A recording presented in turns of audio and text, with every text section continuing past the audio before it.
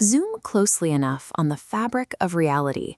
Do you find a smooth, unbroken continuum, or does the universe bottom out into a pixelated grid? Centuries before the development of quantum physics, medieval Islamic scholars engineered mathematical thought experiments to determine the absolute topology of physical space. The debate split into two distinct intellectual factions. The first was Falsafa, a tradition of philosophers who argued for a continuous, unbroken universe governed strictly by internal natural laws. Opposing them was Kalam, a school of speculative theologians. They argued for a discrete, atomistic universe, one governed by instantaneous divine recreation at every moment.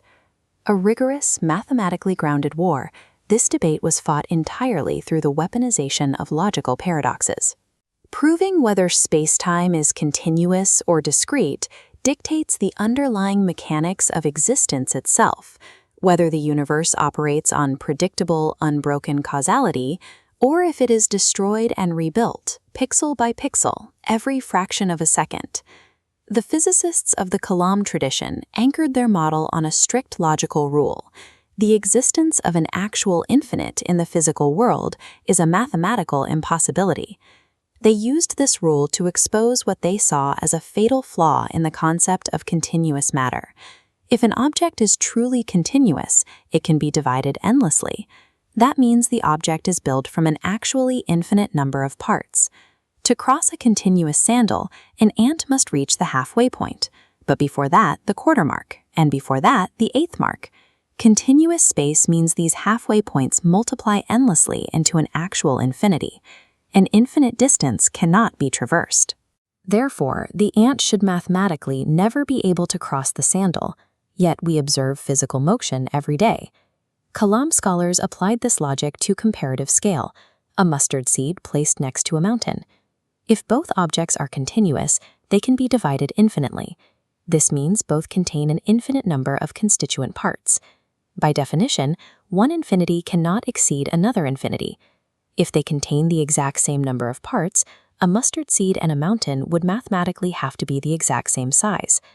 To avoid these absurdities and explain observable reality, Kalam physicists deduced that space, matter, and time cannot be continuous. They must bottom out at discrete, indivisible, non-dimensional limits. The universe is a grid of atomic pixels.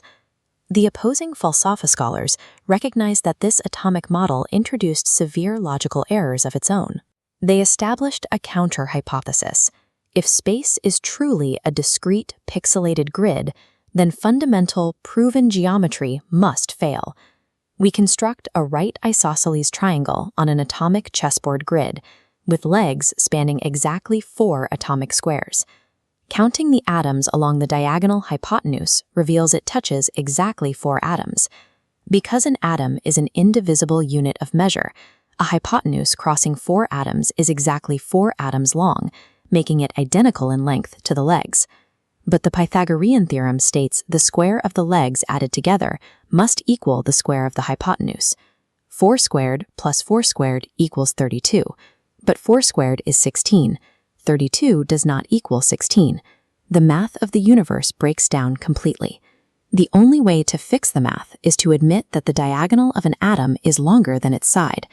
But an atom is mathematically defined as the absolute smallest unit of space. A side that is smaller than the absolute smallest possible unit is a contradiction. Because the discrete atomic model destroys the most rigorously proven theorems in mathematics, the Falsafa argued that reality must instead be a continuous, unbroken manifold.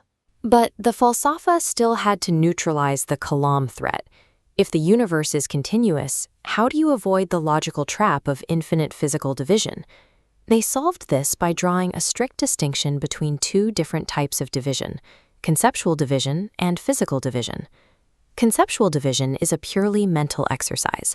You can posit mathematical halves forever, but because you are only imagining those divisions, you never generate an actual physical infinity in the real world. Physical division operates by different rules. The philosopher Avicenna introduced the concept of minima naturalia, the idea that specific substances have an absolute physical limit to how far they can be divided before they stop being that substance. A large water block sits next to a hot furnace. It maintains its form because its mass resists to heat. But as you physically divide the substance, reducing its mass, it becomes highly vulnerable. Eventually, you reach a critical threshold where that microscopic volume of water can no longer resist the heat.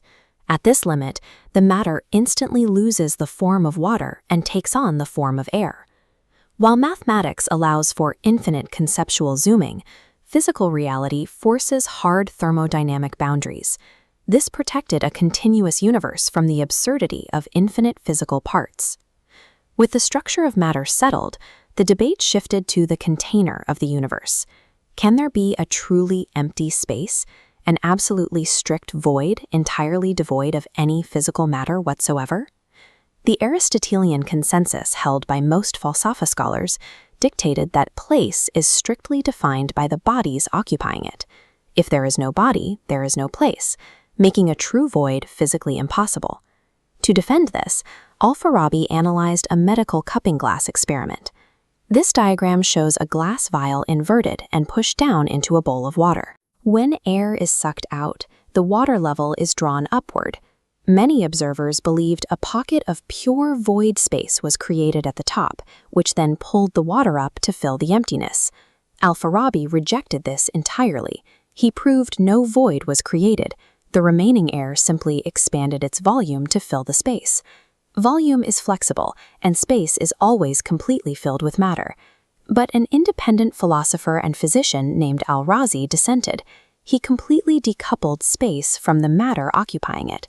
Al-Razi proposed an ultimate thought experiment. If you imagine the total, absolute annihilation of the entire physical universe, something still remains. For Al-Razi, even if all matter vanishes, an absolute three-dimensional extension, a true void, survives. He established the concept of an absolute independent geometry of spacetime centuries ahead of its time. The intellectual ambition of both factions is staggering. They attempted to deduce the fundamental architecture of reality using nothing but pure logic and geometric stress tests. By recognizing the paradoxes of infinite division, the Kalam theologians proposed a quantum-like discretization of space and time. By defending the continuity of the universe, the falsafa successfully preserved the absolute laws of geometry and natural causality. These scholars functioned as aggressive theoretical physicists, dismantling and rebuilding the laws of nature rather than simply preserving Greek texts. By weaponizing these geometric paradoxes against each other, medieval Islamic philosophers laid the exact conceptual blueprints for the tension between discrete quantum mechanics and continuous relativity, a tension that modern physics is still trying to reconcile today.